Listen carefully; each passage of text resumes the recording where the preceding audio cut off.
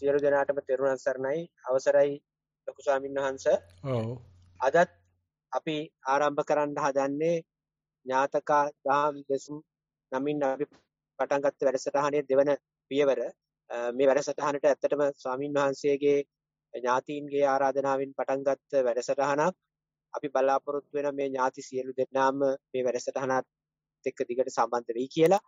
ඊට අමතරව ඥාතීන් නොඋනත් ඥාතීන් වගේම කල්යාණ මිත්‍රයන් රාශියක් මේ වැඩසටහනට එකතු වෙනවා. අපි හැම දිනාටමත් ආරාධනා කරනවා මේ වැඩසටහනේ දිගටම එකතු වෙන්න රැඳී සිටින්න කියලා. ඉතින් අපි බලාපොරොත්තු වෙන්නේ මේ වැඩසටහනෙන් අලුත් විදියකට ඥාතීන්ට සංග්‍රහ කරන ගමන් ඥාතීන්ගේ අවශ්‍ය මඟ පෙන්වීම ලබා දෙමින් ලොකු ස්වාමීන් වහන්සේගේ අසුර මේ විදියට දුරස්තව නමුත් සූම් තාක්ෂණය ඔස්සේ ලබා දෙමින් ඒ අවශ්‍ය කරන කමඨහන් උපදෙස් ආදිය ලබා දීමෙන් අනුග්‍රහ කරන්න. ඉතින් ඒ සඳහා දායක වෙන සියලු දෙනාටම අපි බොහොම ගෞරවයෙන් පුණ්‍යානුමෝදනා කර සිටිනවා. ඒ වගේම ඒ ඥාතීන්ට පුණ්‍යානුමෝදනා කිරීම ප්‍රියංකට නැත්නම් මට ලබා දීමෙන් හෝ ඉදිරිපත් වීමෙන් වැඩසටහන අවසානයේදී සිද්ධ කරන්න පුළුවන්කම තියෙනවා. තවත් ඉල්ලීමක් කරනවා මේ වගේ වෙනත් වැඩසටහන් ඒ කියන්නේ ඥාතීන්ට පින් අනුමෝදන් කිරීමට එක එක්කෙනාට බොහොම රුචිකම් ඇති. නමුත් අපිට ඒ වගේ ගොඩාක් වැඩසටහන් වලට ස්වාමීන් වහන්සේට ආරාධනා කිරීම අපහසු බව කරුණාවෙන් මතක් කරනවා. මොකද වැඩ කටයුතු රාශියක ස්වාමීන් වහන්සේත් අපේ චන්ද්‍රරත්න ස්වාමීන් වහන්සේ ඉතිලා ඉන්නේ. ඉතින් ඒකට ඊට පහසුකම් ලබා ගැනීමත් අමාරුයි. ඒක ඉතින් ගොඩක් ඒ කටයුතු සංවිධානය කිරීමත් අපිට අපහසු වෙනවා. ඒ නිසා මේ වැඩසටහන තුළ ඒ සෑම කෙනෙකුටමත් මේ පුණ්‍යානුමෝදනා කිරීම ආදිය කර ගැනීමට අපි අවස්ථාව සලසා දෙන්න බලාපොරොත්තු වෙනවා. ඉතින් මම නිශ්ශබ්ද වෙලා ඊ타මත්ම ගෞරවයෙන් ලොකු ස්වාමීන් වහන්සේට ආරාධනා කරනවා අද ධර්මදේශනාවේ කටයුතු ආරම්භ කරන්න කියලා. තෙරුවන් සරණයි. හොඳයි. හේමන්තට පින් සිදු වේවා. අපි සම්ප්‍රදාන කූල ධර්මදේශනාවක් ආරම්භයේ කරන සිල් සමාදන් කරවීමේ කටයුත්ත සඳහා සිළුම දෙනාට වැඩිය මම හිතනවා හේමන්ත ඒක අනුගමනය කරන හොඳයි කියලා පංචශීල සමාදන් වීමට කලින් নমස්කාරය කියමු. අවසරයි ස්වාමීන් වහන්සේ. නමෝ තස්ස භගවතු අරහතෝ සම්මා සම්බුද්දස්ස. නමෝ තස්ස භගවතු අරහතෝ සම්මා සම්බුද්දස්ස. නමෝ තස්ස භගවතු අරහතෝ සම්මා සම්බුද්දස්ස. බුද්ධං සරණං ගච්ඡාමි. බුද්ධං සරණං ගච්ඡාමි. ධම්මං සරණං ගච්ඡාමි. ධම්මං සරණං ගච්ඡාමි. සංඝං සරණං ගච්ඡාමි. සංඝං සරණං ගච්ඡාමි. ဒ ුතියම්පි බුද්ධං සරණං ගච්ඡාමි. ဒ බුද්ධං සරණං ගච්ඡාමි. ဒ ුතියම්පි ධම්මං සරණං ගච්ඡාමි. ဒ ුතියම්පි ධම්මං සරණං ගච්ඡාමි. ဒ ුතියම්පි සංඝං සරණං ගච්ඡාමි. ဒ ුතියම්පි සංඝං සරණං ගච්ඡාමි. තතියම්පි බුද්ධං සරණං ගච්ඡාමි. තතියම්පි බුද්ධං සරණං ගච්ඡාමි. තතියම්පි ධම්මං සරණං ගච්ඡාමි. තතියම්පි ධම්මං සරණං ගච්ඡාමි. තතියම්පි සංඝං සරණං ගච්ඡාමි. තතියම්පි සංඝං සරණං ගච්ඡාමි. සරණ ගමනං සම්පූර්ණං ආමපන්ති. පානාති පාතා වේරමණී සික්ඛාපදං සමාදියාමි. පානාති පාතා වේරමණී සික්ඛාපදං සමාදියාමි. අදින්නා දාන වේරමණී සික්ඛාපදං සමාදියාමි. අදින්නා දාන වේරමණී සික්ඛාපදං සමාදියාමි. කාමේසු මිච්ඡාචාරා වේරමණී සික්ඛාපදං සමාදියාමි. කාමේසු මිත්‍යාචාරා වේරමණී සික්ඛාපදං සමාදියාමි. මුසාවාදා වේරමණී සික්ඛාපදං සමාදියාමි. මුසාවාදා වේරමණී සික්ඛාපදං සමාදියාමි. පිසුනා වාචා වේරමණී සික්ඛාපදං සමාදියාමි. පිසුනා වාචා වේරමණී සික්ඛාපදං සමාදියාමි. පරුසා වාචා වේරමණී සික්ඛාපදං සමාදියාමි. පරුසා වාචා වේරමණී සික්ඛාපදං සමාදියාමි. සම්පප්ඵලාපා වේරමණී සික්ඛාපදං සමාදියාමි. සම්ප්‍රප්පලාපා වේරමණී සික්ඛාපදං සමාදියාමි. මිච්ඡා ජීවා වේරමණී සික්ඛාපදං සමාදියාමි. මිච්ඡා ජීවා වේරමණී සික්ඛාපදං සමාදියාමි. තිසරණේන සද්දින් ආජීව අට්ඨමක සීලං ධම්මං සාදුකං සුරක්ඛිතං කତ୍වා අපමාදේන සම්පාදේ තබ්බං. සාදු සාදු සාදු. නමෝ තස්ස භගවතු අරහතෝ සම්මා සම්බුද්දස්ස. නමෝ තස්ස භගවතු අරහතෝ සම්මා සම්බුද්දස්ස. නමෝ තස්ස භගවතු අරහතෝ සම්මා සම්බුද්දස්ස. යේච භික්ඛවේ අනුකම්පෙය්‍යාත යේච සෝතබ්බං මඤ්ඤෙය්‍යං සෝ ඥාතිවා සාලෝ හිතාවා මිච්ඡාවා මච්ඡාවා සෝ චත්තාරෝ සතිපට්ඨානේ සමාදපේතබ්බං නිවේසේ තබ්බං පතිට්ඨාපේතබ්බං තීති. අවසරයි ගෞරවනීය ස්වාමින් වහන්සේ, ශ්‍රද්ධා බුද්ධ සම්පන්න පින්වත්නි, සංවේග ප්‍රාප්ත ඥාතීනි, අපි මේ ඥාතකා ධර්ම දේශනා කියන මාතෘකාව යටතේ තේමාව යටතේ හමු වෙන දෙවෙනි අවස්ථාව. ඒ නිසා ජීවතාවත් හම්බ වෙච්ච බොහෝ දෙනෙක් මම මේ සජ්ජායනා කරපු ඒ pāli පාඨය මතක තියාගෙන ඉන්නවා ඇති. එහෙම නැත්නම් සමහර ඇත්තෝ කෙලින්ම ත්‍රිපිටකේ බලලා දන්නේ නැත්තොත් ඇති. කෙසේ නමුත් ඒක සාමාන්‍ය දේශකයන් වහන්සේගේ යුතුයකමක් තමයි. ඒක අපේ විවහාර භාෂාවට සිංහලට නගලා කතා කරන එක. ඉතින් අනුව මේක බුද්ධ දේශනාවක්, ශ්‍රී මුක පාඨයක්. යේච භික්ඛවේ අනුකම්පෙය්‍යාත යේච සෝතබ්බං මඤ්ඤෙය්‍යං. මහණෙනි, මේ මහානදම් පුරමින් මේ ගත කරන ජීවිතේ ඉන්න ඔබලාට යම් කිසි කෙනෙකුට අනුකම්පාවක් කළ යුතුයි කියලා හිතෙනවනම්, යම් කිසි කෙනෙකුට මේ බණක් ඇස්සවිය යුතුයි කියලා හිතෙනවනම්, නැත්නම් මේ කාරණාව කියන්න හිතෙනවනම්, ඒකේනා ඥාති වෙන්න පුළුවන්, සාලෝහිත ඥාති නැත්නම් ලේ නෑය වෙන්න පුළුවන්. මිත්තාවා මච්ඡාවා, එයා තමන්ගේ මිත්‍ර කෙනෙක් වෙන්න පුළුවන්. එහෙනම් මිත්‍ර අමාත්‍ය කෙනෙක් වෙන්න පුළුවන්. මේ කවුරු හෝ වේවා අහන්න සැලසුවොත් හොඳයි. මේ අතන්ට අනුකම්පාවක් කරන්න ඕන කියලා කියනවනම් ඒ අය සතර සතිපට්ඨානේ සමාදපේතබ්බං නිවේශේතබ්බං පතිට්ඨාපේතබ්බං. ඒ අතෝ මේ සතර සතිපට්ඨානේ සමාදන් කරවිය යුතුයි. අනේ සාදු කියලා එයත්න්ට කියන්න හිතෙන්න කරුණු සලසන්න කියලා කියනවා. ඒක අපි සමාදන් වෙනවා කියලා කියන්නේ. ඊට පස්සේ නිවේශේතබ්බං, පුළුවන් කෙනෙකුට මේ සතිපට්ඨානේ වඩන්න කියලා දෙන්න ඕනේ. ඒ දෙකම කරගන්න පුළුවන් හොඳ පින්වන්ත භව සම්පත්‍ය ඇති ඥාතීන්ට ඒක පතිට්ඨාපේතබ්බං, හොඳට සතිපට්ඨානේ පිහිටවන්න ඕන. දැන් සතිය පතිට්ඨාපේතබ්බං කියන තමයි සතිපට්ඨාන කියන වචනේ සඳහන් කරන්නේ.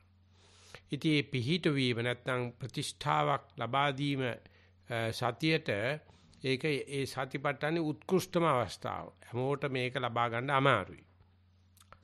ඉතින් ඒ ලබන ඔක්කොමලා ඥාතිනුත් නෙවෙයි. ඉතින් ඒ නිසා ඒකට ක්‍රමයෙන් සමාදපේතබ්බං නිවේශේතබ්බං පතිට්ඨාපේතබ්බං කියලා ඉස්සෙල්ලා සමාදන් කරනවා. මෙහෙම එකක් තියෙනවා බුදුරජාණන් වහන්සේ දේශනා කරපු එකක්. ඒක බුදුරජාණන් වහන්සේ කරපු දේශනාවන්ගෙන් බොහොම වැදගත් දේශනාවක්. ඒක නිසා මේක ඇහුවොත් හොඳයි. අනුකම්පාවෙන් මම මේ කියන්නේ. කරුණා කරලා අහන්න. එහෙම නැත්නම් ඒක පිළිගන්න, බාර ගන්න, සමාදම් වෙන්න කියන එක තමයි ඒකේ pāli වචනේ. එහෙම නැත්නම් ආදර ගෞරවයෙන් බාර ගැනීමට අපි සමාදම් වෙනවා කියලා තමයි කියන්නේ. ඉතින් කී දෙනෙක් අද මේ බණහන ඥාති වෙන නොවෙන ඇත්තන්ගෙන් කී දෙනෙක් මේක සමාදම් වෙන මට්ටමේ ඉන්නවද කියන්න මන් දන්නේ නැහැ. මං හිතුවා බොහොම සුළු ප්‍රමාණයක් තමයි. මොකද කවුරු නමුත් ඒක පිළිගන්නවා. කවුරු නමුත් ඒක ආදර ගෞරවයෙන් බාර ගන්නවා. එහෙම නැත්නම් අපිට කියන්න පුළුවන් මේ සතිපට්ඨානේ ඇහිම පවා පිනක් කියලා කියනවා. ඒකට පිරිතක් කියලා කියනවා. පරිත්‍රාණ කියලා කියනවා. ආරක්ෂක ධර්මයක් තමයි පරිත්‍රාණ කියලා කියන්නේ. ඉතින් සතිපට්ඨානේ ඇහිම පවා පරිත්‍රාණයක් අරසාවක් වෙනවා. ඊට පස්සේ ඒක සමහරු කවුරු හරි කියන එක අහගෙන ඉන්නව විතරක් නෙවෙයි ඒක කියන්න පුරුදු වෙනවා. සතිපට්ඨාන සූත්‍රය පන්සල් වලදී පොයේ දවස්වලදී කණ්ඩායමක් එකතු වෙලා හාමුදුරු කෙනෙක්ම නැත්තම් ගිහි උපාසක උපාසිකාවක් ඒක සජ්ජායනය කරනවා. ඉතින් අපි ඉස්කෝලේ යන කාලේ ඒ අපච්චිගේ කාමරේ ඔය පිරිත් පොත් දෙකක් තිබුණා. බුලත් හමස්තේ මේ බුලත් මඩිස්සලයක් වගේ ඒක පොත් වෙලා පාවිච්චි කරලා. ඉතින් ඒක හැන්දෑවේ 6ට විතර ඒකේ අපච්චිගේ පුරුද්දක් තමයි. ගෙදර ඔක්කොම නිස්සද්ද වෙන්න ඕනේ. ඔය මේ සතිපට්ඨාන කියන සතිපට්ඨානෙමද මන් දන්නේ පිරිත් කියනවා. ඒ අපච්චි ඉන්න කාලේ ගිහි පිරිත් වලට යනවා. ඉතින් ඒකට පේ වෙනවා. ඒ නිසා මසක් මාංශයක් ගෙදරට ගේන්නේ මත්පැනක් ගේන්නේ නැහැ. ඔක කෝවිලක් පන්සලක් වගේ තමයි තියාන්නේ. ඒ නිසා මේ පිරිත් කියන වෙලාවේ අපි දඟලන්න කියන්න බෑ ලොකු සර් ගෙදර ඉන්න වෙලාව වගේ. ඉතින් ඒක දෙක. ඒ අර සතිපට්ඨානේ අහන එක පළවෙනි අරස්සාව. ඊට පස්සේ ඒක දේශනා කරන එක, කියවන එක ඒ කියනවා කියන පිරිත් කියලා. අහන පිරිත් නෙවෙයි කියන පිරිත්. ඒක හරි බලවත්. ඒ කියවන එකනට ඒකේ ලොකු මේ නිකන් ආරස්සක ජප මන්ත්‍රයක් මතුරනවා වගේ තියෙනවා. ඊට පස්සේ ඒක කරන එක පිටුකුත් තියෙනවා. සතිපට්ඨානේ වඩනවා. ඒක තමයි නිවේශේ තබ්බන් පතිට්ඨාපේ තබ්බන් කියන එකේ තියෙන්නේ. ඉතින් අද මුළු ලෝකෙම දැන් මගේ ඥාතීන් විතරක් නෙවෙයි මේ බණ අහන විතරක් නෙවෙයි ඒගොල්ලන් තියෙන එකම ආරස්සාවයි තියෙන්නේ මේ සතිපට්ඨාන නැත්තම් සතිය ආරක්ෂාව විතරයි. ඉතින් එහෙම නැතුව හැසිරෙන ලෝක ජනතාවගෙන් 90 ගානකට වැඩි පිරිසක් මේක අහලත් නැහැ, කියෝලත් නැහැ, මේක ආරස්සාව බව දන්නෙත් නැහැ. ඉතින් ඒගොල්ලෝ බුද්ධ ආගමෙත් නෙවෙයි. ඒගොල්ලෝ ගොඩක් උගත්තු තමයි. සල්ලි තියෙන කට්ටිය, බලේ තියෙන කට්ටිය. ඒගොල්ලෝ අඩු ගානේ බුදු කෙනෙක් ලෝකේ පහළ වෙච්ච බවවත් දන්නේ නැහැ. ඊට පස්සේ මේ තමන්ගේ ආරස්සාව ලැබෙන්නේ මෙවැනි සතිපට්ඨානකින් කියලා දන්නෙත් නැහැ. ඒගොල්ලෝ පුද්ගලික තුවක්කු තියාගෙන ඉන්නවා. ඒගොල්ලෝ පුද්ගලික හමුදාවල් තියාගෙන ඉන්නවා. ඒගොල්ලෝ මාලිගාවල් හදලා මේ වටේට දියාගල් හදනවා. මුරකාවල් දානවා. කටුකම්බි වැටවල් ගහනවා. ඉතින් ඒක දිහා බලනකොට පේනවා මිනිස්සයා ඉන්නේ කොච්චරක් අරසා පිළිබඳ හැඟීමකින්ද එහෙම නැත්නම් කොච්චරක් මුරකාවල් යොදවාගෙනද නැත්නම් කොච්චර බයෙන්ද කියලා. ඉතින් එහෙන් බයේ ජීවත් වීමම තමයි ලෙඩ රෝග ඇති වෙන්න සහ මානසික රෝග ඇති වෙන්න හේතුව. සාමාන්‍යයෙන් ඒක පිළිගත් දෙයක්. බටහිර මානසික විද්‍යාව අනුවත් දේශීය වෛද්‍ය ක්‍රමයේ අනුවත් යම් කිසි කෙනෙක් බයෙන් ජීවත් වෙනවා නම් ඒක තමයි සියලුම මානසික රෝග වලට හේතුව. අසහනෙන් ජීවත් වෙන එක. ඉතින් ඒකට ලෝක සංවිධාන විශාල වශයෙන් මේ වෙනකොට උත්තර හොයනවා. මොකද ඒගොල්ලෝ හිතුවා මේ නවීන තාක්ෂණය තුල මේ අධ්‍යාපන ක්‍රමයේ තුල මේ තියෙන ඒක පුද්ගල ආදායම වැඩිවීම තුල මේක තුල දල ජාතික ආදායම වැඩිවීම තුල සහනයක් සහ බය චකිත ගතිය අඩුවීමක් වෙයි කිය. ඒක පෙන්වන්න නම් තාමත් ওই ජාත්‍යන්තර මේ ප්‍රවෘත්ති සංවිධාන උත්සාහ කරන. නමුත් පෙන්වන්න බැරි තරම් පූජාව වැగిරෙන තරම් දැන් අසහනයටපත් වෙලා. ඒක හොඳට පේනවා ඔය කොවිඩ් වසංගතය ආවට පස්සේ ඔය කාගෙත් තිබුණ කටේ තියෙන හරිවන්දන් රෙද්ද පල්ලෙන් බහින්න පටන් ගත්තා. ඉතින් ඒ අනුව තමයි අපිට ඒ වාතාවරණයක තමයි පුංචයියාගේ රම්බණ්ඩයියාගේ ආර්.බී.ගේ මරණය අහන්න සිද්ධ වුණේ. ඒතකොට තමයි අපිට හිතුනේ අපි මේකට අපි එකතු වුණා, ඥාතිත් එකතු වුණා, සාලෝහිත ඥාතිත් එකතු වුණා. ඥාතින් කියලා කියන්නේ අපි ඉංග්‍රීසියෙන් කියනවා in-law relationship කියලා. මේ කසාද මගුල් නිසා අපි තව පවුල් එක්ක එකතු වෙනවා. ඒකට කියනවා ඥාතින් කියලා. අපේ සහලේ ඥාතින් කියලා කියන්නේ ඔක්කොම එක ලේ තියෙන, එක වාසගම තියෙන නෑයෝ. ඉතින් ඥාතිවා සාලෝහිතාවා. නමුත් දැන් බණ කියාගෙන යනකොට වැඩියෙන් බණ අහන්නේ ඥාතීන් සාලෝහිත ඥාතීන් නෙවෙයි, මේ සතිපට්ඨානෙ ඕනේ කරන කට්ටිය. අරකට කියනවා නෑකම කියලා. මේ සතිපට්ඨානෙට අහන්න තියෙන ආසාවට තියෙන ඕනෑකම කියලා. ඉතින් මන් දන්න දෙයක් තමයි ඔය නෑකමට වැඩිය බොහොම වටින ඕනෑකම. ඉතින් ඒ නිසා ඒ බණ සංවිධානය කරනකොට හැරෙන තාලෙන් කියන්න පුළුවන් කී දෙනෙක් මේක අර සතිපට්ඨානේ අහලා කියෝලා වඩලා ඒක අභ්‍යන්තරගත කරගන්න හදනවාද? එහෙම නැත්නම් මේ චාරිත්‍රයට කරනවා. ඉතින් එහෙම කරපුවාම ඉතින් ටිකක් කල් යනකොට සැර බහිනවා. රැස් අඩු වෙනවා. නමුත් අර සතිපට්ඨානේ වඩනකොට එහෙම දෙයක් වෙන්නේ මේ සියලුම ප්‍රශ්න වලට උත්තරෙ මෙච්චරයි කියලා ඒ සතිපට්ඨාන සූත්‍රය ඇතුළට ගිහිල්ලා පහුරු ගාලා බැලුවොත් බුදුරජාණන් වහන්සේ දේශනා කරනවා මේ අනුකම්පෙය්‍යාත කියන සූත්‍රය නෙවෙයි, ඥාතක සූත්‍රය නෙවෙයි. නමුත් සතිපට්ඨාන සූත්‍රයේ තියෙනවා ඒකායනෝ අයං භික්කවේ මග්ගෝ. මාන්නේ මේක තමයි ඒකායන මාර්ගය කියලා. ඉතින් අපි මුළු පවුලෙම මම විතරයි ඔක හිතුවේවත්. අනිසේරම ඒකායන මාර්ග ගොඩක් හෙව්වා.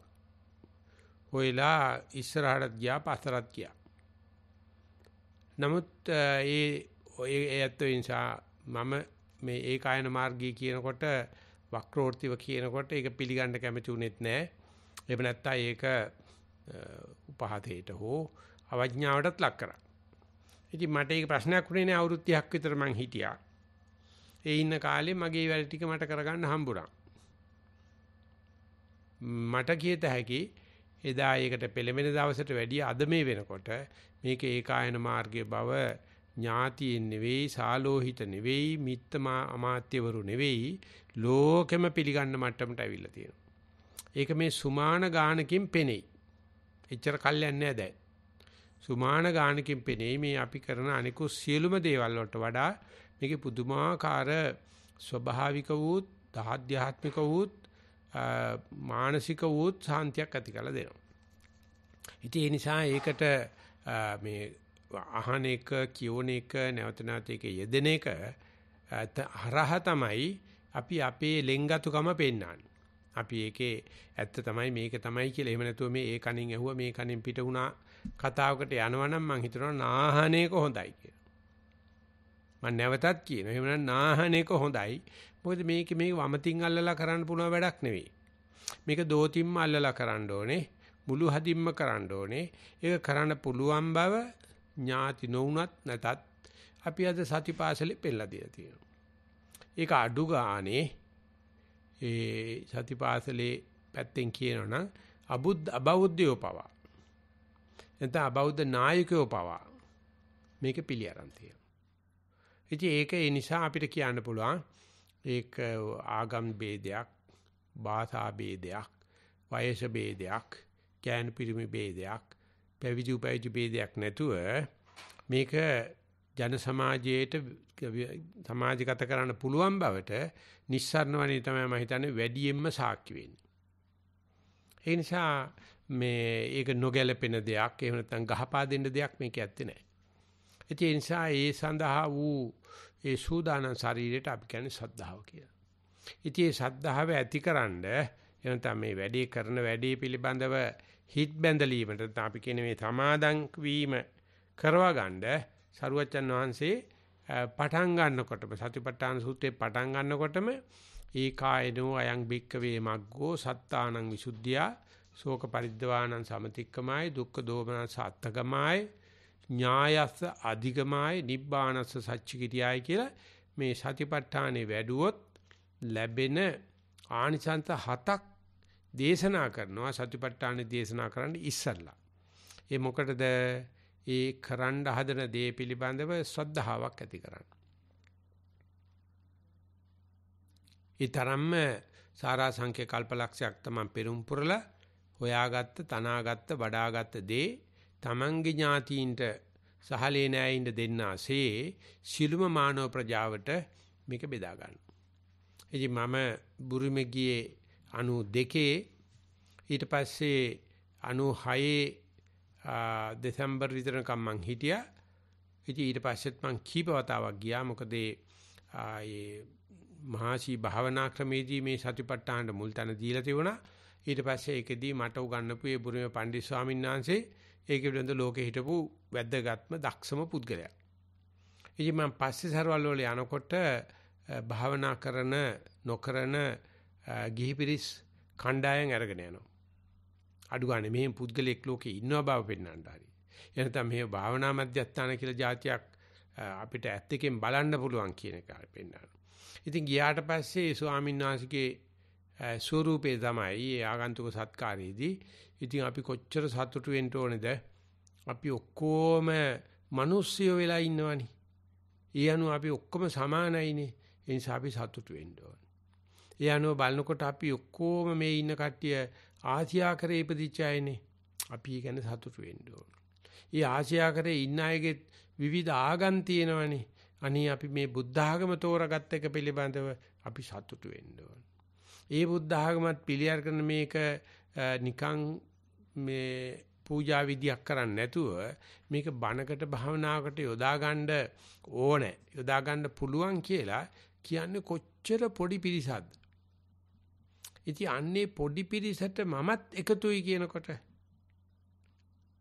කියලා මේ ආසනේ උඩ ඉන්නේ ස්වාමීන් වහන්සේත් මේ පූජා භාණ්ඩ අරගෙන මේ පුදන්න හදන පිරිසත් අතර සම්පූර්ණ සමානකම පෙන්වලා දෙනවා. මේ විදිහට මේ වටිනා ධර්මයක් සඳහා කාලයක් ගත කරන දුර බැහැරක් ගෙවාගෙන ආව පිරිසක තියෙන වටිනාකම. ඉතින් යන ඔක්කොම දන්නවා මේ ස්වාමීන් වහන්සේ බොහොම උත්තමයන් වහන්සේ නමක්. නමුත් උන්වහන්සේ මේ කරුණ ඔක්කොගෙම කියනවා අපි ඔක්කොම සමානයි. මොකද අපි මේ වැදගත් විදිහට පිළිගන්නේ. ඉතින් මේ අනුව උන්වහන්සේ ලෝකෙටම නායකෙක් බාටපත් වුණා. මේ ඇත්ත ඇති හැටියට පෙන්නදී මෙච්චර ලෝකේ පචතියෙද්දී මෙච්චර මේ ජනමාධ්‍යයෙන් මේ নানা ආකාර නාඩගම් ගායනා කරද්දී ඉතින් ඒක අර කනකට ඇහෙන්න හම්බෙන එක ඇහැකට දකින්න හම්බෙන එක පිනක්. ඒ මොකද මේ සතිපට්ඨාන කියන එකේ තරම්ම වටිනාකමක් තියෙනවා. ඉතින් ඒ නිසා අපි බණේ සතිපට්ඨාන කියන්නේ මොකද්ද කියලා ඉදිරියට යන්න ඉස්සෙල්ලා අඩු ගානේ මේ සතිපට්ඨානේ වැඩුවොත් ලැබෙන පළවෙනි මානිසංශේ පටන් ගන්න ආනිසංශය තමයි සත්තානං විසුද්ධියා. මගේ විසුද්ධිය. අපි අපේ කය විසුද්ධ කරගන්න නානවා, සබන් ගන්නවා, පිරිසිදු කරනවා, নানা ආකාර දේවල් කරනවානේ. ඊට පස්සේ තරුණ පිරිසේක තව උප්‍රංගනවානේ. රූපලාවන්‍ය කර හිතේ මොකද්ද තියෙන්නේ? ඉතින් ඒ ගැන කියනකොට සතිපට්ඨානය ගැන කියනකොට ඒ පණ්ඩිත ස්වාමීන් වහන්සේ ගැන මම නැවතත් කියන්නේ උන්වහන්සේ මතක් කරනවා අපේ මේ කයට ඝන ආහාර අපි දැන් උදේ ඉඳලා හැන්ද වෙනකන් අමුඩේ ගහගෙන හම්බ කරලා කරන්නේ කන කෑමට නෙවෙයි. ওই කන කෑම ටික හම්බ කරන්න අපි මෙච්චර නටනවා. ඒකට දැන් කෑම නතර කරොත් අවුරුදු මාස 6ක් මේ ශරීරයට ජීවත් වෙන්න පුළුවන් කෑම නැතුව. ඒක ඔප්පු කරලා තිනවා ඒ බුරුමේ හිටපු ඒ විචාරා කියලා කියන්නේ විජේ කියන හාමුදුරුවෝ ඒ රටට විරුද්ධව සුද්ධ රට අල්ලගෙන ඉන්න වෙලාවේ මේ ස්වාමීන් වහන්සේ විරුද්ධන්ට විරුද්ධව පාට බැසා. එතකොට මේ ස්වාමීන් වහන්සේ රාජ්‍ය විරෝධී විජේට හිරගෙදර දැම්මා. මේ ස්වාමීන් වහන්සේගේ සිවුර ගැලෙව්වා. ගලවලා ජම්බරිය ඇඳුවා. මේ ශාන්සිකෝ නෑ මම සිවුර ඇඳලා තියෙන්නේ බුදුහාමරගේ සිවුර. මම මේක දරන කෙනෙක්. මම මේ කිරුවේ අපේ රට බේර ගන්න. මම දුන්න නැත්නම් සිවුර දැන් ඉඳලා නොකා ඉන්නවා කියලා. දවස් 167ක් ඉඳලා ඇකිලිලා මැරලා ගියා. එදා රට විප්ලවයකට ඇවිල්ලා සුද්දට තීන්දුව කරන්න සිද්ධ වුණා. මේක හාමුදුරු කෙනෙක් මේ විදිහට කරනකොට මුළු රටම එකතු වෙනවා කියලා. මම මේ කියන්න හදන එක නෙවෙයි. මාස 6ක් විතර ඉන්න පුළුවන් මේ කැම නැතුව. ඝන ආහාර.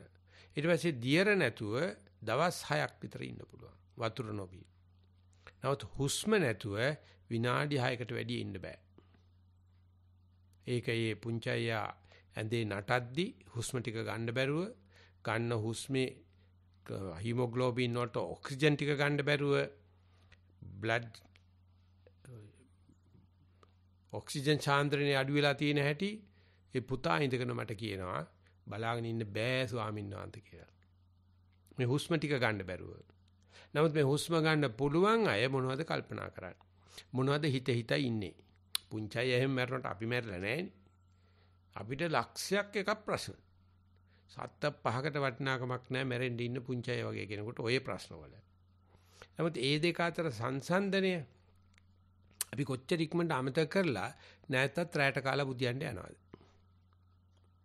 නැවතත් ඔය වල්පල් කතා කර අර ප්‍රශ්න ලොක් කරගෙන මේ ප්‍රශ්න ලොක් කරගෙන ඉනවාද? ඉතින් මේ හුස්ම ගැන කතා කරලා කියනවා මේ හුස්මෙත් නැත්නම් මේ වාතයේ ඝනත් නෙවෙයි ද්‍රවත් නෙවෙයි වාතයේ තියෙන ආසන්න උස්සන්න භාවයේ මේ ජීවිතේට. ඉතින් ඒකේ ඒ හුස්මෙන් කීයක් අපි ගණන් කරලා දැනගෙන දැන ගන්නවද? දන්නේ නැහැ. මරණ ගම්ම දන්නේ නැහැ. මැරෙන්න යන වෙලාව කියනවා අනේ තව හුස්ම 4-5ක් ගන්නකම් ඉන්න කියලා. ඒ වෙලාවට හුස්ම ගණන් කරනවා. දැන් ටොං ගණන්, දවස් ගණන්, පැය ගණන් හුස්ම ගැන දන්නේ නැහැ.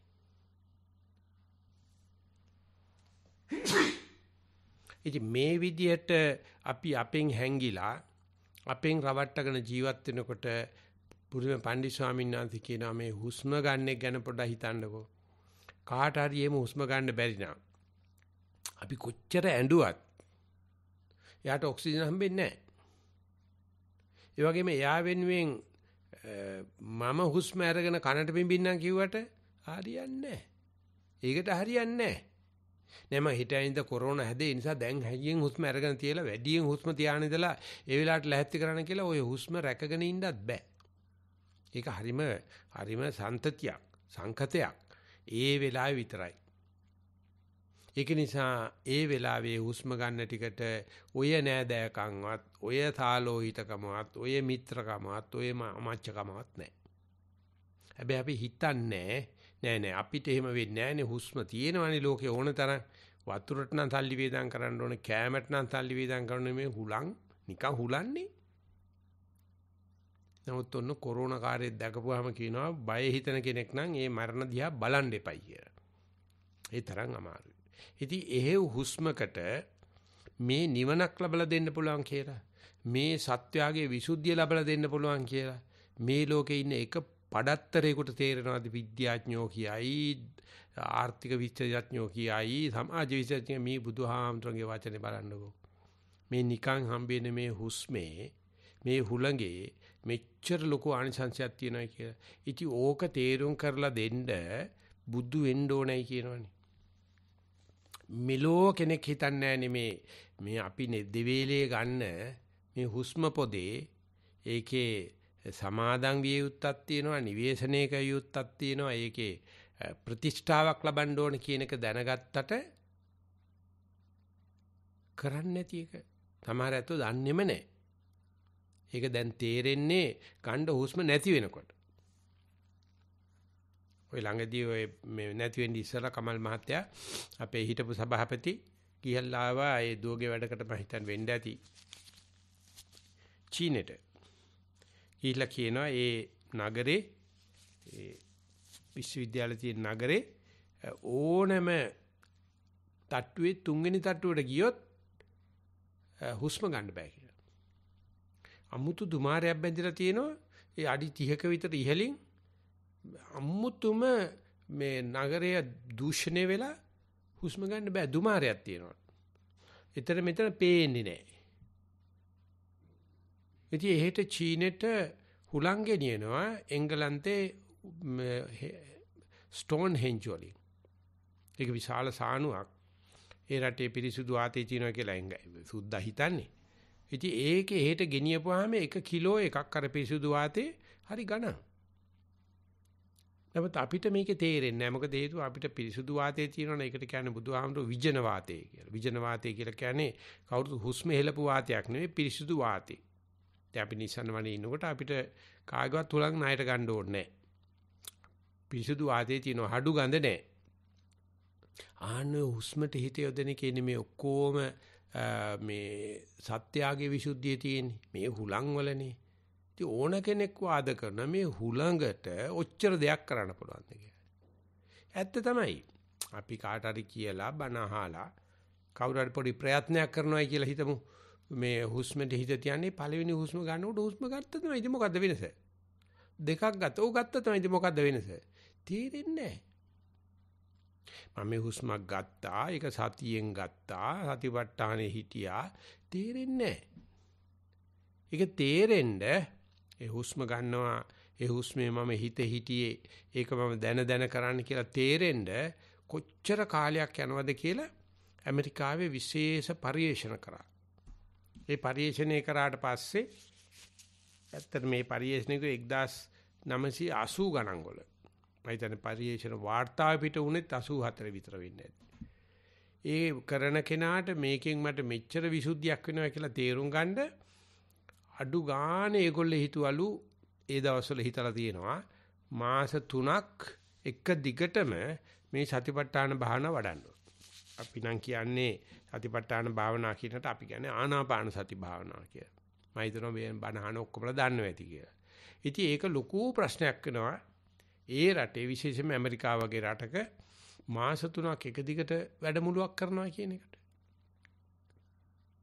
ඉතින් ඊට පස්සේ ඒකත් තේරුම් අරගත්තේ ගොඩාක් මේ උපකල්පන දාලා. අදාළ විචල්්‍ය සාධක බලලා ඒගොල්ලෝ කියලා තුන මාස 3ක්. ඉතින් ඒ නිසා ඒ අත්‍යවශ්‍යම මානසික අසහනකින් පෙළීච්ච ඔලිම්පික් ක්‍රීඩිකාවකගේ උපදේශකෙක් මේක දැනගෙන තියෙනවා. මේ ඔලිම්පික් ක්‍රීඩිකාවගේ හිත වැටිලා ඒ නිසා මෙයා දැන් පුහුණු කරන්නෙත් නෑ සම්පූර්ණ අඬා ඉන්නවා. ඉතින් මෙයා ගිහිල්ලා කියලා තියෙනවා මෙන්න මෙහෙම ක්‍රමයක් තියෙනවා. මාත් වෙනවා යන් කෙලියරසිකලු මට ඒ වගේ දෙයකට යොදා ගන්න හිත යොදා ගන්න බෑ.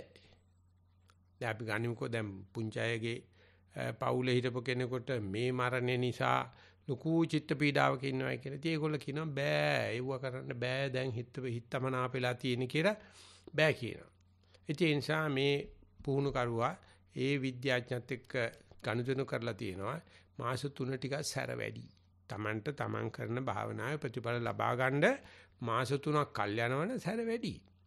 කරන්න බෑ ඇමරිකන් චින්තනය ඇටියට කරන්න බෑ. ඊට පස්සේ ඒගොල්ලෝ බැලුවලු ඒ සඳහා වෙන භාවනා මධ්‍යස්ථාන හදලා මැස්සෙක් එන්නේ නැති වෙන්න, කැස්සක් එන්නේ නැති වෙන්න, වැස්සක් වහින්න නැති වෙන්න හදලා දුන්නොත් මේ විශ්වාසයෙන් කරන්න හරියනවා කියලා ඇදහිල්ල විතරක් තියාන ගියොත් කිව්වලු දවස් 10 වැඩමුළු 3ක් කෙරුවොත් මේකේ ප්‍රතිඵල ගන්න පුළුවන් කියලා. ඊට පස්සේ ආයෙත් උපදේශික ගිහිලා අර ක්‍රීඩිකාවට කියනවා ජාතික මට්ටමේ පිහිනුම් ක්‍රීඩිකාවකට මෙහෙමයි. ඊට පස්සේ ආ කියනවා මට එහෙම දිගට යමක් කරගන්න බෑ මගේ හිතේ ඒ තරම්ම වැටිලා. මොකද ඉස්සලා තරේ තිබ්බ ඔලිම්පික් තරඟෙට යන්න ගිහලා යා තරඟෙන් අවලංගු වෙලා. අත වැදිලා එතන තිබුණ මේ මායිමේ ක්‍රීඩිකාව අවලංගු වෙලා. ඒ චිත්ත පීඩාවෙන් ඉඳලා තියෙනවා. තම දක්ෂයි. ඊට පස්සේ ඒත්තු ගන්නලා කියලා තියෙනවා අඩි පළවෙනි එකට යන් කියලා. මෙයා පළවෙනි සැරේට දවස් 10කට යනවා. කිසිම මානසික වාතාවරණයක් නැහැ. මේ භාවනා කරන මධ්‍යස්ථානක ඉන්න බුද්ධ ධර්ම ගැන දන්නේ නැහැ. තත්තානං විසුද්ධිය දන්නේ නැහැ. ආනාපාන කියන එක දන්නේ නැහැ. ඊළ දවස් 10 ඉන්නකොට මෙයාට අර තිබුණු අසහනීය පුංචි අඩුවීමක් තේරෙනවා. ඒකට තිබුණ ප්‍රධාන බාධාව ඒ කායික දුර්ලකමක් තිබුණේ නැහැ. මනස වැටිලා. ඊට පස්සේ පුහුණු කරුවා මෙයාට කියනවා දැන් අපි ආයෙ භාවනා කරන්න ඕනේ අපි මේ පුහුණුව පටන් ගමු. ඉතින් මෙයාට ඇතිවෙච්ච ධනාත්මක චින්තනය නිසා පුහුණුව පටන් ගත්තා. පුහුණුව පටන් ගන්න ඊගාටන ආසන්නම තරඟට ඉදිරිපත් කරා දිස්ත්‍රික්ක මට්ටමින් දිනුවා. ඊට පස්සේ දිගටම පුහුණු කරා. පුහුණු කරලා පස්සේ ජාතික මට්ටමින් දිනුවා. දිනුවට පස්සේ Canadian Broadcasting Corporation කැනඩාවේ ඒ ගුවන්විදුලි සංස්ථාව මෙයාව සමුක සාකච්ඡාට කැඳවලා තිබුණා. මේ තරම් කෙටි කාලෙකදී කොහොමද මේ ජාතික මට්ටමට එනකන් ආවේ? දැන් ඒ අනිවාර්යයෙන්ම ඔලිම්පික් වලට තේරෙනවා. ඉතින් මේ අම්මන්ඩි අර උපදේශකයාගේ මාර්ගයේ විද්‍යාඥ මාර්ගයෙන් කියනවා මේක සතිපට්ඨානෙ නැත්නම් සතිපට්ඨානෙ කියන දන්නේ මේ හුස්ම දිහා සුමානයක් බලනකොට වෙන වෙනස. ඉතින් එතකොට මගේ ජීවිතයෙන් පැත්තේ බලනකොට 78 ඉඳලා 88 ඊට පස්සේ අපිට මේ රිසර්ච් පේපර් එක ලැබෙනකොටත් 90 ගාණක් වෙලා. ඉතින් මේක ඔය වගේ කිසිම එකක් නැතුව මට කරන්න හිතුණනේ. මේක තමයි කරන්න ඕනේ කියලා. ඉතින් ඒක මේ බෙදා ගන්නට මේ බණ කියන්නේ. ඒ කොච්චර සාර්ථක වෙයිද කියලා මට කිසිම අධිකාරී ශක්තියක් නැහැ.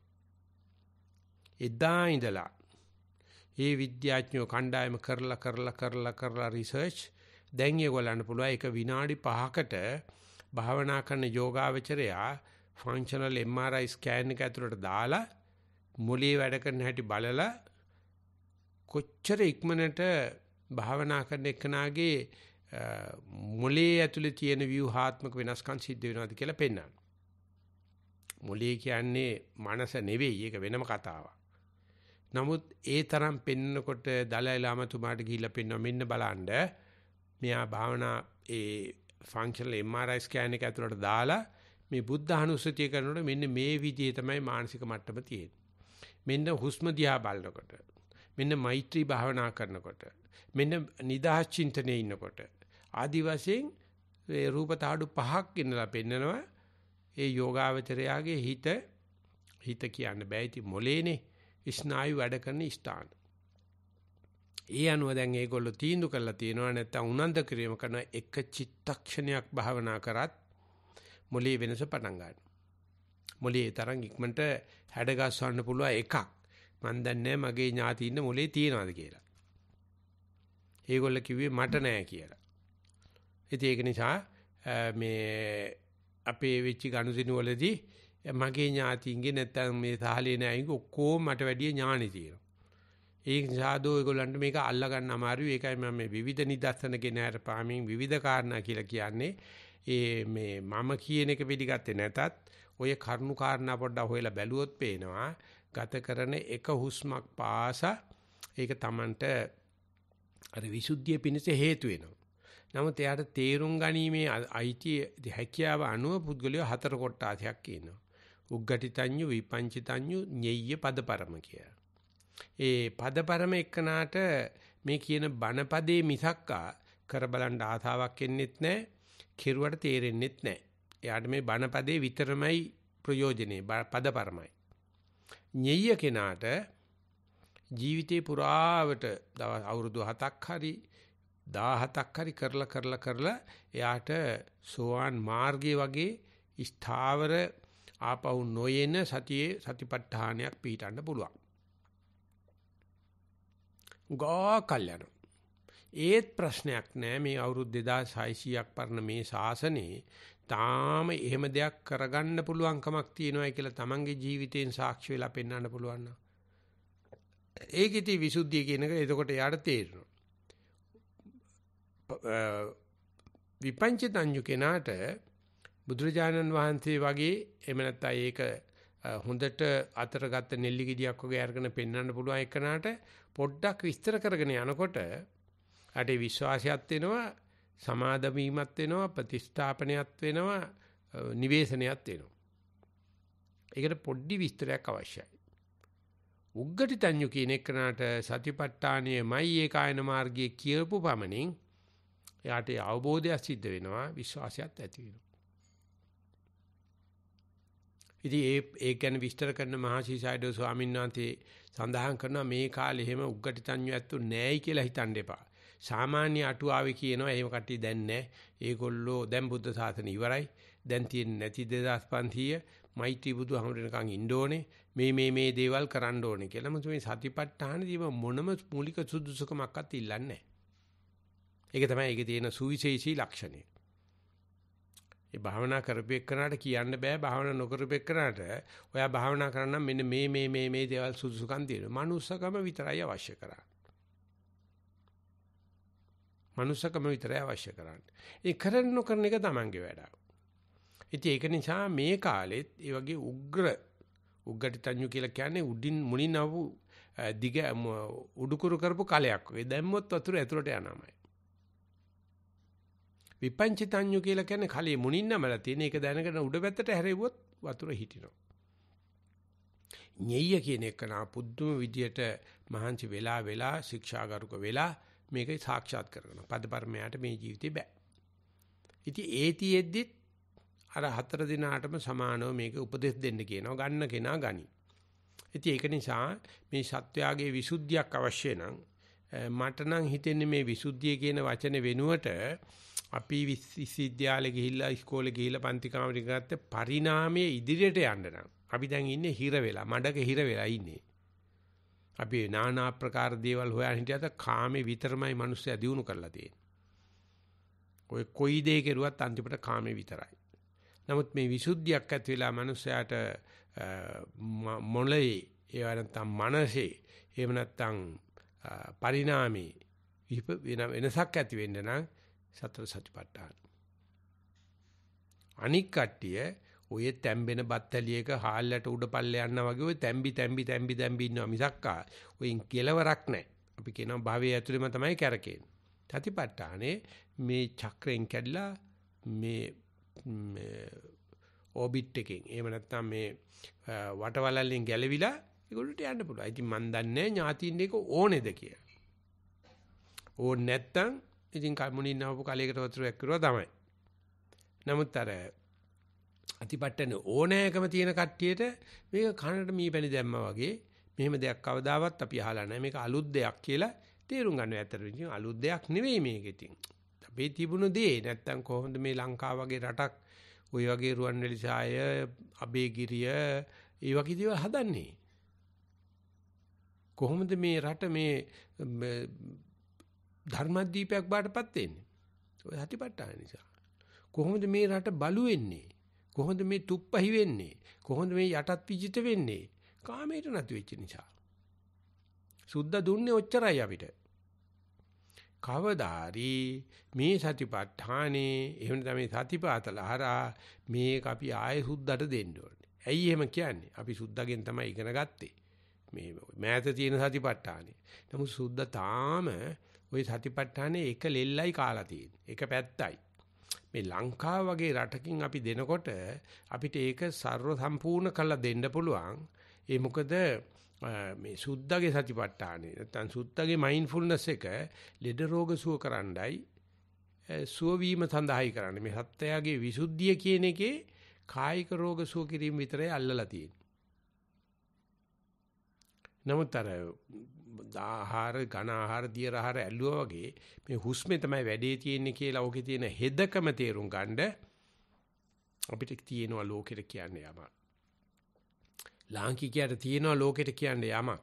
ඒකේ යන්නේ අපේ තියෙන මොන දක්ෂකමකින්වත් නෙවෙයි අපිට මේ හුස්ම දිහා බලන්න පුළුවන්කම. එහෙම නැත්නම් මේ ඇවිදිනකොට මම දැන් ඇවිදිනවා කියන එක බලන්න පුළුවන් කමින්.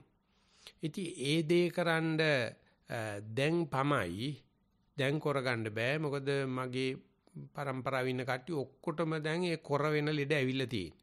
කොන්දේ අමාරු කියයි මේ කන් ඇහෙන්නේ කියයි දනිස් අමාරු කියයි নানা ආකාර දේවල් කියනවා. ඒ තබා දෙවෙනි પરම්පරාවේ අයටත් নানা ආකාර ලෙඩ ඇවිල්ලා. ඉතින් හරි ඕගොල්ලෝ කොහොමඩක්වත් තින් පුංචි අයට වගේ ඔය ලෙඩක් හදිලා හරි කොහොමද මැරෙන්න එපායි මාත් මැරෙන්න එපායි. නමුත් තුන්වෙනි પરම්පරාවක් ඉන්නවනේ. ඒගොල්ලෝ හොන්දට උගත් මිනිස්සුනේ. උග හැකියාවල් තියෙන කෙනා කයිනේ දුෂ්චරිත නැති පිරිසක්නේ සාමාන්‍ය වශයෙන් බලනකොට උණ්ඩ මේ පාර හවදලා තියන්න එපායි. උණ්ඩ වෙන කෙනෙක්ගේ ගන්නවට මේ ඥාති කෙනෙක්ගේ ගන්න එක හොඳයි නෙව. ඉතින් ඒක නිසා මම කියනවා මම බලාපොරොත්තු වෙනවා ඊගාව දවසේ බණ කරන ගමන් බණ දේශනා කරන ගමන් විනාඩි 10ක් 15ක් භාවනාවකුත් කරවන්න. නමුත් අද මම මේකට වෙලා ගන්නෑ.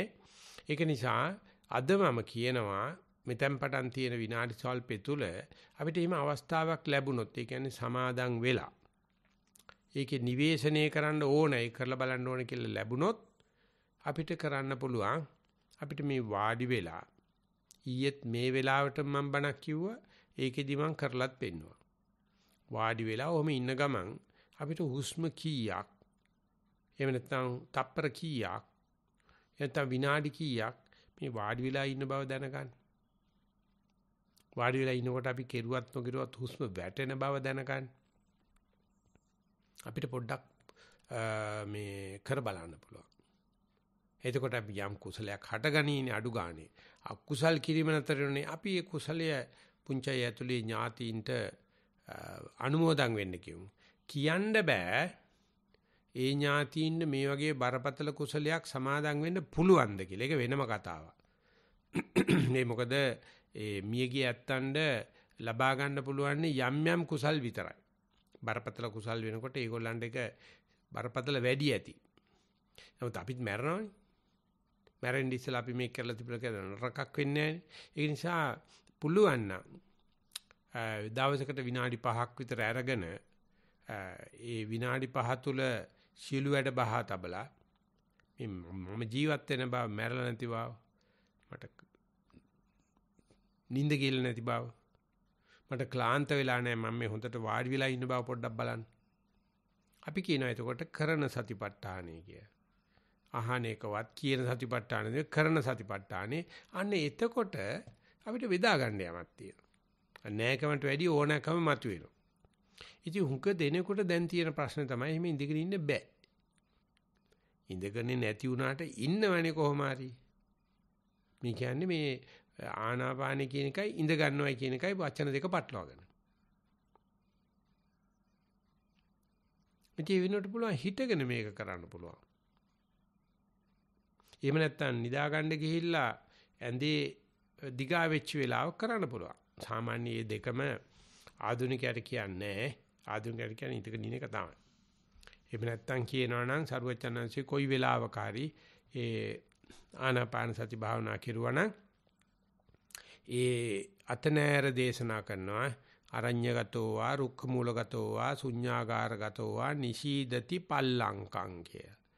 අරණ්‍යයකට ගියා හෝ වේවා, ගතක් මුලට ගියා හෝ වේවා, නැත්නම් විවේක ස්ථාන ගියා හෝ වේවා, පළඟ බැඳ වාඩි වෙයි කියලා. ඉතින් ඥානරාම ස්වාමීන් හැමදාම අර්ථකථනයක් දෙනවා. මේ ඉඳගෙන ඉන්න ඉරියව්ව තමයි ඒකට හොඳම. ඒක අපි බොහෝ විට සරුවචනාන්තයේ ඉඳගෙන ඉන්න ප්‍රතිමාවක් ඉස්සරහට ගිහිල්ලා ඒකට මලක් පුදලා ඒකට පහනක් පත්තු කරලා ප්‍රසන්න මනසක් ඇති කරගෙන මේ වාඩි වෙනවා. මං කියනවා මේ වාඩි වීමම සතිපට්ඨානේ ආනිසංස. නැත්තම් කඹුරණ එකමනේ කරන්නේ. පය දාච්ච බල්ලෝ වගේ එහෙට දුවනවා මෙහෙට දුවනවා, අර කතා කර ඉන්නවා මේක කතා කර ඉන්නවා. අරයාගේ තොරතුරු මෙයාගේ තොරතුරු මිසක්කා මේ මගේ ඇතුලේ මොකද වෙන්නේ කියන එක බලන්නේ නැහැ. අන්නේ බැලිල්ලට අපි කියනවා විපස්සනා කරනවා කියලා. ඉංග්‍රීසියෙන් කියනවා ඉන්සයිට් කියලා. බලනවා ඇතුළත. ආනෝක කරන්න. එතකොට මේ ඉන්න ඥාතියින්ටයි මියගිය ඥාතියින්ටයි අපිට යම් කිසි කෙනෙකුට පින හදා බෙදා ගන්න ඕන නම් අපි කියනවා විනිමය කියලා මේකට. විදේශ විනිමය කියන්නේ මෙන්න මේ විනිමය වශයෙන් අපිට ගනුදෙනු කරන්න යමක් හම්බ වෙනවා. දැන් මියගිය ඥාතියින්ට බත් කවන්න බෑනේ අපිට. මියගිය ඥාතියින්ට වතුර පොවන්න බෑනේ අපිට. මියගිය ඥාතියින්ට හුස්ම ගන්නවන්න බෑනේ අපිට. මොකද අපිට පුළුවන් මම දැන් මෙතන මේ වාඩි වෙලා මං ඒ බව දන්නවා. ඒතර මයෙන් කිසිසේත්ම අකුසලයක් වෙන්නේ නැහැ.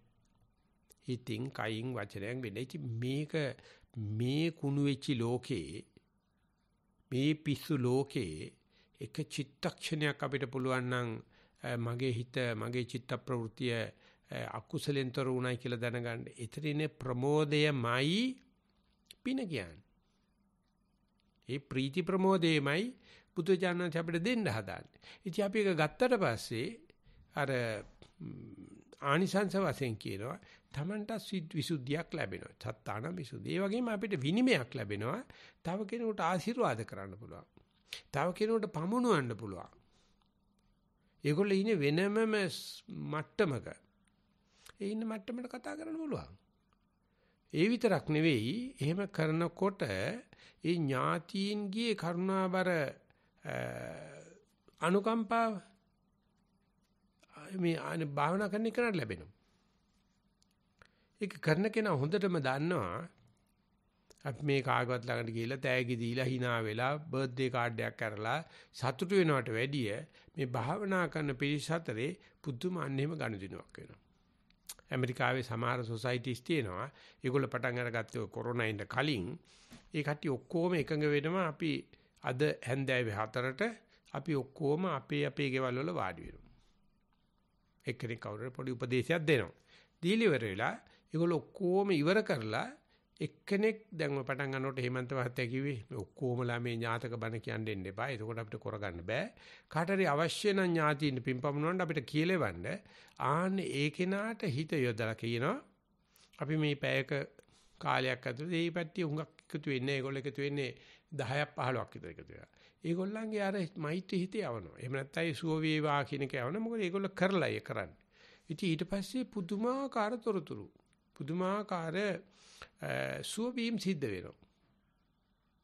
ඉතින් ඒ මොකද ඒගොල්ලෝ පිළිපැදලා කරන්නේ ඒක. ඉතින් අන්නේ වගේ අපිට පුළුවන් නම් අපිත් හැමදාම විනාඩි 5ක් 10ක් මේ කරලා ඒ විනිමේ වශයෙන් දෙන්න වෙන මොන සැලකිල්ලකටත් වැඩි වටිනවා. ඉතින් අර ප්‍රශ්නේ තියෙන්නේ මම අර මතක් කරා වගේ අපිට මේ කොන්දේ අමාරු කතාව තමයි. මේ ඉඳගෙන ඉන්න බෑ කියලා. අත් වලාම ඉතින් ඉඳගෙන හරි හිටගෙන ඉන්නවනේ. ඔය ඉන්න එක දිහා බලන්න.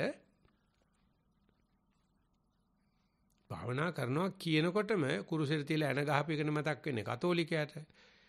අපේ මිනිස්සුන්ට මතක් වෙන්නේ බද්ද පරියන්කයක් ගහගෙන ඉන්න එක ආපෝ අපිට නම් බෑ කියලා නිකන්. නමුත් මේ කොහොම හරි මේ උපන්නාට මේ ලෝ වැවෙනවා විනා කියලා වගේ අපි ජීවත් වෙන අන්නේ ජීවත් වෙන එක ඉරියව්ව කියලා බලන්න. අන්නේ ඉරියව්වේ ඉඳගෙන ඉන්න බැරි නිසා ඒකේ අමාරුකම දන්න නිසා වෙන්න ඇති සරුවචන් වහන්සේ මේ ඇවිදින ගමන් සතිය පිහිටුවීම මේ ඉඳගෙන ඉන්නකොට අපි කරන්නේ කයේ උඩ කොටසේ හුස්ම ගන්න නැත්නම් වායෝ පොට්ටබ්බ ධාතුව කියලා මේකට පොතේ පතේ සටහන් ගන්න හුස්ම නැත්නම් අපි කියන වාතය කියලා කියන්නේ. ඒක වැඩ කරන හැටි බලනවා. ඒක නැත්නම් ලෙඩා මලේය. ඒක ඉතින් හොඳටම පැහැදිලි කොරෝනා කාර්යයයි. උද්දටම නටලා පෙන දාලා උඩ පැනලා වහක් කාලා මැරලා යනවා. ඇවිදිනකොට වායෝ ධාතුව නෙවෙයි බලන්නේ පොට්ටබ්බ ධාතුව, පඨවි ධාතුව. පොළවේ පය හැප්පෙන හැටි. ඒක ඉතින් කුළු ගෙඩියකින් ගැහුවා වගේ තේරෙනවා. අර හුස්ම ගන්න එකට කොන්දේ අමාරුට අමතර හුඟ දෙනෙක් කියන්නේ තේරෙන්නේ නැහැ කියලානේ. හුස්ම ගත්තට තේරෙන්නේ ඒගොල්ලෝ නිසා නයි පිඹින වගේ පිඹින්න පටන් ගන්නවා. නැහිඳගෙන ඉතින් ඒකක්ම එනවා. මේ වැටෙන ස්වභාවික හුස්ම බලන්න කිව්වාම ඒ වෙනුවට මේ වැඩි පිං කරගන්න වැඩියෙන් හුස්ම ගන්න හදනවා. එක්ක ඔක්සිජන් වැඩි වෙන නිසා මොලේ නිලංකාර වෙනවා. අයියෙන් හුස්ම ගත්තොත් මහා සුදු ආලෝක පේන්න පටන් අර ගන්නවා. ඉතින් කට්ටිය හිතනවා භාවනා හරි ගිහිල්ලයි කියලා. ඒ ස්වභාවයෙන් වැටෙන හුස්ම. ඒ වගේම තමයි අපි කිව්වොත් එහෙම සම පොළොවක ඇවිදින්න කියලා මේගොල්ලෝ පොළොව හප්ප ඇවිදින්න හදනවා. අර වැටීම වැඩි කරගන්න. ඒ කියන්නේ કૃතිම කරනවා. ඒත් කරන්න දෙයක් නෑ. එහෙම කරන්නකො. කරලා මේ සාමාන්‍ය ඇවිදින ප්‍රමාණයට ගියාට පස්සේ පියවර කීයක් මම මේ වම තියන්නේ මේ දකුණ තියන්නේ කියලා අර සිද්ධාර්ථ කුමාරයා ඉපදිච්ච ගාම පියවර 7ක් තිබ්බයි කියන එක අපි ගෞරව කරන දෙයක් නේ. අන්නේ බණ්ඩ අපි තාම ඉපදිලාවත් නැහැ. පියවර 7ක්වත් තියන්න ඉතලා හිත පිට යනවා. කමන්නේ. ඒකේ වැරද්දක් නැහැ. හිත පිට යන එක ඇහැටි. කෘත්‍රිම ඇවිදින එකත් ඇහැටි. කරලා බලන්න ওই පුංචි දරුවෙක් ඇවිදින්න තටමනකොට එක කායක් කුසල අනික් පය තියානකොට මොන තරම් ලෝකයක් හෙලිලා වැටෙනවද කියලා. නමුත් පස්සේ ඇවිදිනකොට බලන්න යට ගාණක් නැතුව පුංචි දෙයකට පය යහට මෑට යන හැටි. අන්න ඒ වගේ සක්මන පුරුදු වෙයි. අපි ඒකට සක්මන කියලා කියනවා. පුරුදු වුණාට පස්සේ උන තේරුම් ගන්න පුළුවන්. ওই සත්‍යාගයේ විසුද්ධිය කියන එක ඉඳගෙන ඉන්නට බොහෝමත්ම ප්‍රසිද්ධියේ පේනවා. කොටින්ම කියනවා නම් ඔය non contagious diseases කියලා තියෙන සංක්‍රමණික නොවන රෝග කියලා જાතියක් තියෙනවා දැන් ලෝකේ. ඒ සියලුම දෙයට එකම බේත සක්මන. පයින් ඇවිදින එක. දැන් ඉන්නේ උන්ට කුරවට වෙලානේ තියෙන්නේ. පයින් ඇවිදින්න බෑ. කකුලේ මයිල් ඇවිල්ලා. ඒ වෙනුවට මේ ස්වභාවික පොළවේ සපත්තු සෙරප්පු නැතුව ඇවිදින හැටි බලන්න. දැන් සතිපාසලට ගිහිල්ලා බලන්න ඕනෙම YouTube එකක් කරලා මේ දහස් ගණන් ළමයි. මේ සක්මන් කරනවා දකින්නකොට මුන්න තරම් සතුටක් ඇති වෙනවද කියලා.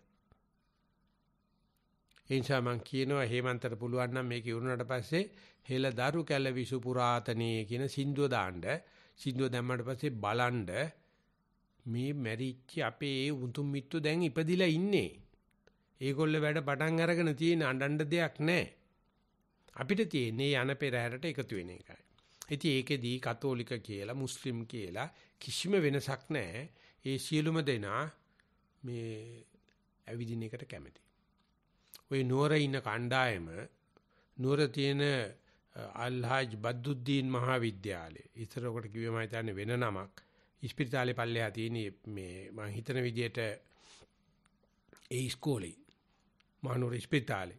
ඒකේ ගිහිල්ලා ළමයින්ට උගන්ලා තියෙනවා සතිපාසල. තායි උගන්ලා තියෙනවා සක්මන. 11 පන්තියේ මුස්ලිම් කෙල්ලෝ මොට්ටක් කිලි දාගෙන මේ අනම්මනම් දාගෙන සක්මන් කරලා ඉවරනාට පස්සේ අහලා තියෙන. එතකොට ඒක ළමයි කියනවලු මට හිතුවේ නෑ මම මේ විනාඩි 15කින් මෙච්චර හිත තැම්පත් වෙයි කියලා. නමුත් මේ කකුල දික් කරනකොට කකුලේ පිටිපතුලට අවුව වැටිලා රත් වෙන හැටි යටිපතුලට තියෙන සීතල හෙවණැල්ලයි දෙකේ වෙනස පාව මට තේරෙනවා. බෙල් එක ගැහුවේ නැත්තම් මට හරි කැමැත්තක් තිබුණා දිගට යන්නයි කියලා.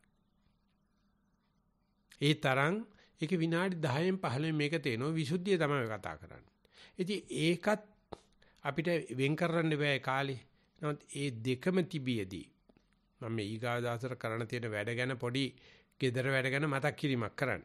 එතන තියේදී gedara Tamange වැඩ කරන ගමන් ධාතුකුත් එකක් සුමේ කරන ගමන් දත්ම දිනකොට පොඩ්ඩක් ඒක ගැන හොඳට තතිමත් වෙන්නකෝ. තනියම කෑම කනවා නම් අතට බත් පිඟාන තියාගෙන පිඩු කීයක් කන්න පුළුවන්ද කියලා බලන්නකෝ. එහෙම නැත්තම් නාන වේලාවක Tamange වැඩක් කරන වෙලාවේ ඒකත් අර ඉඳගෙන ඉන්න වගේම Tamanට කරන ලොකු මෛත්‍රියක් නේ. ආන්න ඔය කාරණා තුන අපි මෙහි ආවත් කරන්නේ ওই ටික තමයි. ආන්නේ ටික කරනවා අපිට තේනවා දැන් අපි ඥාති પરම්පරාවකට වැටුණා. ලේ නෑකමට වැඩිය ඕනෑකමකට වැටුණා. ආන්න ඒ දේ අපි විනාඩි 5න් පටන් ගන්න ටික දිනු කරොත් අපි ඥාතක ධර්ම දේශන අනම්මනම් කියලා පටන් ගන්න එකේ ගුණයක් තියෙයි. වැල වැඩෙයි. වැල යන පැත්තට මැස්ස ගහන්න පුළුවන්. ආන්න මේ වැඩි අපේ මේ අවස්ථාවේ වුණේ නැත්තම් මං කියන අපි ජාතික මෙහෙවරක් කරෑරියයි කියලා. ලෝ මානවයා 100%ක්ම ප්‍රශ්න කර තත්වයකට ඇවිල්ලා ඒ කට්ටිය කියනවා නම් හැරවුන් ලක්ෂයකට ඇවිල්ලා ඉන්න වෙලාවේ අපිට දෙන්න පණිවිඩයක් තියෙනවා. අපිට දෙන්න ආදර්ශයක් තියෙනවා. ආන්න ඒ පණිවිඩය සඳහා අපි ඥාතීන් වශයෙන් පෙළ ගැහිමු. අපිට බැරි දේවල් කියන්න යන්න එපා. පුළුවන් තරම් මේ දේ යෙදිලා මියගිය පුංචය ඇතුළු අනිකොත් ඥාතීන් සිහිපත් කරලා අනේ මේ අපි කරන සාමූහික ප්‍රයත්නය ඒ නම් කළ ඥාතීන් වගේම යම් කිසි කෙනෙක්ගේ ඥාතීන්ට පින්බවුන හඳ තියෙනවනම් ඒ සියලු ඥාතීන්ට මේ පින් අත්පත් වේවා කියන ප්‍රාර්ථනාවෙන් දවසේ ධර්ම දේශනාව නතර කරනවා. ආගෙන හිටපු සියලු දෙනාටම ජය වේවා, තෙරුවන් සරණ වේවා කියලා ප්‍රාර්ථනා කරනවා. ප්‍රියංකා ඔව් හේමන්ත ඔයා සාදා සත්‍යයන කරනවද මේ? අපි ධර්ම දේශනාවකට සමන් දීමෙන් ලබාගත් කුසල් අප රැස් කරගත්තා වූ සියලු කුසල් අපි දෙවියන් ඥාතීන් සියලු ලෝකවාසීන් සමග බෙදා හදාගමු ගාථා සජ්ජායනා කිරීමෙන්. එත්තාවතා චම්මේහි සබ්බතං පුඤ්ඤ සම්පදං